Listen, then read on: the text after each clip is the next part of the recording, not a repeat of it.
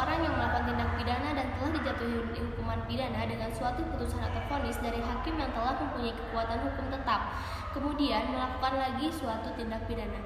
Jadi hampir sama dengan konkursus realis, yaitu melakukan lebih dari satu tindak pidana. Perbedaannya adalah dalam residif telah ada putusan atau vonis hakim yang mempunyai kekuatan hukum yang tetap yang berupa pemidanaan terhadap tindak pidana sebelumnya. Sedangkan dalam konkursus belum ada putusan atau vonis dari hakim. Residif adalah alasan untuk pemberatan pidana. Residif dibagi menjadi residif umum dan residif khusus. Residif menurut KUHP, pengulangan atau residif tidak diatur secara umum dalam buku 1 KUHP tentang ketentuan umum, tetapi secara khusus untuk tindak pidana tertentu diatur dalam buku 2 dan buku 3 KUHP. Selain itu juga KUHP juga mensyaratkan tenggang waktu pengulangan tindak pidana tertentu. Dengan demikian, KUHP menganut sistem residif khusus. Artinya pemberatan pidana hanya dikenakan pada pengulangan jenis tindak pidana tertentu saja dan dilakukan pada tenggang waktu tertentu. Syarat-syarat residif adalah yang pertama, kejahatan yang diulang harus sama atau sejenis dengan kejahatan terdahulu. Yang kedua, antara kejahatan yang terdahulu dan kejahatan yang diulangi harus sudah ada keputusan hakim yang berupa pemidanaan yang mempunyai kekuatan hukum yang pasti dan tetap.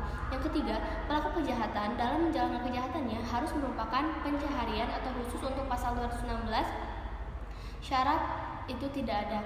4. Pengulangannya dilakukan dalam tenggang waktu tertentu yang disebutkan untuk pasal-pasal A. 2 tahun sejak adanya keputusan hakim yang pasti tetap, B. 5 tahun sejak adanya keputusan hakim yang pasti atau tetap. Residif di luar KUHP.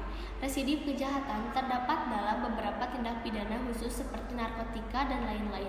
Untuk pengulangannya yaitu umumnya mendapat pemberatan apabila sanksi pidananya berupa pidana penjara, maka pemberatannya ditambah sepertiganya.